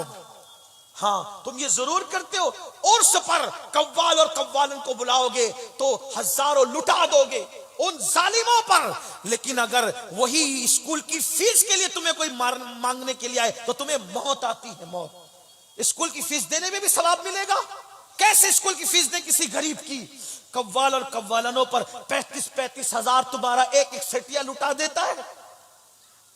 اور اس کی محفل میں پیر کے نام پر غریب کی اگر فیس بھر دیتے، ایک غریب کو پڑھانے کی ذمہ داری لے لو، اس کی 7 نسلیں سدھر جائے گی. آپ کہتے ہو اسکول کی فیس بھرنے میں بھی مولانا ثواب ہے. ارے نادان، جب چڑیا اور کتے کو پانی پلانے پہ ثواب مل سکتا ہے تو کسی مسلمان کے بچے کو پڑھانے پہ ثواب کیوں نہیں مل سکتا؟ مرنے کے بعد لوگوں کو کاندھا دینے کی بجائے جیتے جی کاندھا دینے کی کوشش کرو. ایسا مت کرو، اصل دین سیکھو. بتاؤ، ہم اپنے مذہب میں قوال اور قوالن کے مقابلے کا کوئی تصور ہے؟ اپنے مذہب کی تعلیم تو یہ کہ عورت بلند آواز سے قرآن نہیں پڑھ سکتی کہ مردوں کے کانوں تک پہنچے. جو مذہب عورت کو بلند آواز سے قرآن پڑھنے کی اجازت نہیں دیتا کہ مردوں کے کانوں تک پہنچے، اس مذہب میں قوالن کو بلا کر عرس میں وہ بھی کیا تصور ہے؟ شرم کرو، اللہ کو جواب دینا ہے، مرنا ہے تمہیں. ایسی محفلوں میں شرکت مت کرو. لیکن میں یہ بھی جانتا ہوں تم جلسوں میں جتنے آتے ہو نا، اس سے زیادہ ان خرافات کی محفلوں میں جاتے ہو. علماء کہتے ہیں تو تم مانتے نہیں ہو، اس لیے کہ کلکتہ، ممبئی، دلی اور سعودی اور دبئی کے سیٹھیے اپنی مرضی چلانا چاہتے گاؤں میں آ کر، وہ علماء کی نہیں ماننا چاہتے. لیکن یاد رکھنا، دولت کے غرور اور گھمنڈ میں اللہ کے قانون کو پیٹ کے پیچھے ڈالنے والوں، جب وہ فرعون کو دریا میں غرق پیچھے مت ڈالنا، ورنہ اللہ برباد کرے گا. جو اللہ دینا جانتا ہے وہ اللہ چھیننا بھی جانتا ہے. تو میں عرض کر رہا تھا، بات اختصار ختم کرتے. اس لڑکی نے سوچا میرے باپ کو کینسر ہے، کوئی مدد نہیں کرتا، ماں بیمار ہے، کوئی مدد نہیں کرتا، بہنوں کو رشتے نہیں آتے، کوئی مدد نہیں کرتا. تو کیا کیا اس نے؟ چلو جسم ہی بیچ لیں، باپ کے لیے دوا کا انتظام تو ہو جائے گا. بڑی دردناک ہے یہ صورتحال. غریب کے پاس تو آبرو اور غیرت ہی ہوتی ہے، اگر وہ بھی بک جائے تو پھر غریب کے پاس رہ کیا جاتا ہے نا. میرے آقا نے غریبوں سے بہت محبت کی. آج ہمارے دلوں میں غریبوں کے لیے کوئی محبت نہیں. ہم تو مسافے بھی امیر اور غریب دیکھ کر کرتے ہیں، ہم تو جنازوں میں بھی امیر اور غریب دیکھ کر جاتے ہیں، ہم تو دعوتوں میں بھی غریب اور امیر دیکھ کر جاتے ہیں. بڑی معذرت کے ساتھ اگر غریب بیمار پڑے تو اس کا کوئی پرسان حال نہیں، مالدار بیمار پڑے تو دور دور سے لوگ اس کی خیریت پوچھتے. یاد رکھو مسلمانوں، میرے نبی امیر اور غریب کا فرق مٹانے آئے تھے. سرکار غوث پاک نے اللہ سے عرض کیا، مولا میں تجھے کہاں ڈھونڈوں؟ تو الہام ہوتا ہے، عبد القادر تو مجھے غریبوں میں تلاش کر، تو مجھے وہیں پہ پالے. آج ہم نے کیا کیا؟ بڑی معذرت کے ساتھ دین کو بانٹ دیا امیر اور غریبوں میں. ہمارا مذہب امیر غریب کی تقسیم کا نام نہیں، ہمارا مذہب تو صرف انسان اور انسان کے لیے. ہمارا مذہب تو محبت دینے میں مسلمان اور کافر کی بھی بات نہیں کرتا. جو انسان ہے اسلام اس کو پیار دیتا. خواجہ ابو الحسن خرقانی فرماتے ہیں کہ اسلام تو بھوکے کو کھانا کھلانے کی بات کرتا ہے، مسلمان کو نہیں، صرف جو بھوکا ملے کھانا کھلاتا. یہ اپنا مذہب ہے. ایک مرتبہ ابراہیم علیہ السلام کے پاس ایک آتش پرست مجوسی آیا. اس نے کہا مجھے کھانا چاہیے. کہا تیرا مذہب کا مجوسی ہوں. کہا جا نہیں کھلاتا. اللہ نے فوراً وہی فرمائی، ابراہیم تو نے کھانا نہیں کھلایا. مولا وہ مجوسی تھا، کافر تھا، میرا بندہ تو تھا نا ابراہیم، میری مخلوق تو تھا نا، اتنے برسوں سے میں کھلا رہا ہوں، تو نے ایک وقت کا نہیں کھلایا. حضرت ابراہیم علیہ السلام اٹھے، اس مجوسی کافر کے پیچھے دوڑے، بلا کے لے چل ادھر رکھا. کہا اب کیوں آئے ہو؟ کہا اللہ نے مجھ پہ وحی کی، میرا بندہ تو ہے نا، کافر ہے مگر میرا بندہ ہے، تو نے کھانا کیوں نہیں کھلایا؟ تو مجوسی نے کہا کہ جو میرا اللہ میرا اتنا خیال کرتا ہے پھر میں اس کی بغاوت کیوں کروں، کلمہ پڑھا اسلام میں داخل کر۔ بھائیو یہ اپنا مذہب ہے، لیکن ہم تو مسلمان کو پیار نہیں دے رہے، دوسروں کو کیا پیار دو؟ ہاں جو اسلامی حدود ہیں وہ ہے، اپنی جگہ ہے، لیکن پیار کھانا کھلانا، پیار دینا، اخلاق سے پیش آنا، اس میں حضور علیہ السلام نے مذہب میں بھی کوئی تفریق نہیں فرمائی۔ کتوں کو پانی پلانے پہ بھی جنت ملی، چڑیوں کی جان بچانے پہ بھی جنت ملی، رستے سے تکلیف دینے والی چیز ہٹانے پہ بھی جنت ملی۔ کہاں ہو مسلمانوں؟ اپنے مذہب کو پڑھو، رسومات کے ارد گرد صرف مت پھرو، دین پڑھو، علماء سے دین سیکھو۔ تو وہ لڑکی نے سوچا باپ کی بیماری ہے، کوئی مدد ہی نہیں کرتا، کوئی امداد ہی نہیں کرتا، کیا کیا؟ برقع اوڑھ کر گئی اور بازار حسن میں بیٹھ گئی۔ پورے بازار حسن میں سب سے خوبصورت وہی لڑکی تھی، لیکن خدا کا کرنا، اللہ کی شان، جو آتا اس کے قریب آتا تو ایسا لگتا کہ قدرتی طور پہ اس کی نظر جھک جاتی اور آگے بڑھ جاتا۔ یہ دیکھتی رہتی کہ اب آ کر کوئی سودا کرے گا، اور اب آ کر، کیونکہ ابھی تک اس نے کبھی آبرو بیچی نہیں تھی، پہلا اتفاق تھا، سوء اتفاق، غربت لائی تھی آبرو بیچنے کے لیے، لیکن جیسے کوئی آتا اس کی نظر جھک جاتی، دیکھتا ہی نہیں اس کو، آگے بڑھ جاتا، دیکھتا ہی نہیں آگے بڑھ جاتا۔ شام سے لے کے رات تک، آدھی رات تک بازار حسن سجا رہا، ہر آنے والا عیاش آیا اور اپنی پسند کی ایک ایک اٹھا لے گیا، لیکن اس کو کوئی نہ لے گیا۔ پھوٹ پھوٹ کے روئی، اور ظاہری ناکامی پر اور حقیقت میں کامیابی پر پھوٹ پھوٹ کے روئی۔ باپ کی بیماری کے علاج کے لیے آبرو بیچنے آئی تھی، سو وہ بھی نہ بکی۔ مجھ سے کم حسین عورتوں کو لوگ لے گئے، لیکن مجھے دیکھا تک نہیں۔ آدھی رات ہو رہی تھی، بلکہ آدھی رات بھی گزر چکی تھی، گھر میں ہنگامہ تھا۔ ماں اپنی بیٹیوں سے پوچھ رہی تھی تیری بہن کہاں ہے؟ باپ بے ہوش ہو رہا تھا تیری بہن کہاں ہے؟ بتاؤ کہاں ہے؟ کوئی جواب نہیں دے رہا تھا۔ آدھی رات کے بعد دروازے پہ دستک ہوئی، باپ کا کلیجہ کانپ گیا، ماں کے ہاتھوں پر کپ کپی تاری ہوئی۔ بہنوں نے دروازہ کھولا تو آئی، اور آ کر کے جیسے ہی باپ سے لپٹی، باپ نے کہا کم نصیب کہاں چلی گئی تھی؟ آدھی رات تک تو غائب کہاں تھی؟ کہاں چلی گئی تھی؟ تو گئی کہاں تھی؟ جلدی بتا۔ تو بیٹی نے باپ سے پھوٹ پھوٹ کر روتے ہوئے کہا ابو ضرور بتاؤں گی، لیکن پہلے مجھے معاف کر دو ابو، پھر بتاؤں گی۔ کہا بتا کہاں گئی تھی؟ کہا بابا آپ کی بیماری کے لیے محلے میں، علاقے میں، گاؤں میں کوئی ہماری مدد نہیں کرتا، آپ کی بیماری کو پیسے مانگتے تو کوئی امداد نہیں کرتا، تو میں نے سوچا کہ بہنوں کی شادی ہو جائے گی، آپ کا علاج ہو جائے گا، میں اپنی آبرو بیچ کر کچھ پیسے کما لوں گی تو میں علاج کر سکوں گی آپ کا، بہنوں کی شادی۔ باپ کی آنکھیں پھٹ گئی، غریب حیا سے پانی پانی ہو گیا۔ تو کہا پھر کیا ہوا؟ کہا بابا پھر کیا ہوا؟ گئی تو تھی بازار حسن میں اپنے آبرو کا سودا کرنے۔ باپ نے کلیجہ پکڑا، ہائے اللہ، لیکن بابا آپ کی بیٹی کے قریب جو بھی آتا نظریں جھکا کر چلا جاتا، کسی نے میری آبرو کا سودا نہ کیا۔ باپ کی جان میں جانے، اللہ تیرا شکر ہے۔ جیسے اللہ کا شکر ادا کیا تو کہا بیٹی اللہ کی قسم تو سچ بول رہی ہے، تو آدھی رات تک بیٹھی نا، انشاءاللہ اگر زندگی بھر بھی بیٹھتی تو کوئی تجھے تاک کر نہ دیکھتا، تیری آبرو کا سودا نہ کرتا۔ تو بیٹی نے کہا ابا آپ کو اتنا یقین کیسے ہے کہ کوئی میری طرف تاک کر نہ دیکھتا، میری آبرو کا سودا نہ کرتا؟ تو باپ نے کہا مجھے نبی کے فرمان پہ یقین ہے، اللہ کے رسول نے فرمایا کما تدین تدان، تم جیسا کرو گے تمہارے ساتھ ویسے ہی کیا جائے گا۔ بیٹی جب تیرے باپ نے کسی عورت پر غلط نظر نہیں ڈالی تو میری بیٹی پر کوئی غلط نظر کیسے ڈال سکتا ہے؟ تیرے باپ نے جب بھی کسی کو دیکھا تقدس کی نگاہ سے دیکھا۔ تو میرے آقا علیہ السلام کے دیوانوں یاد رکھو، بدلو، محبتیں عام کرو، جہیز کی لعنت ختم کرو، آپس کے اختلافات ختم کرو، ہاں مگر یاد رکھنا محبت اسی سے ہوگی جو میرے آقا سے محبت کرے۔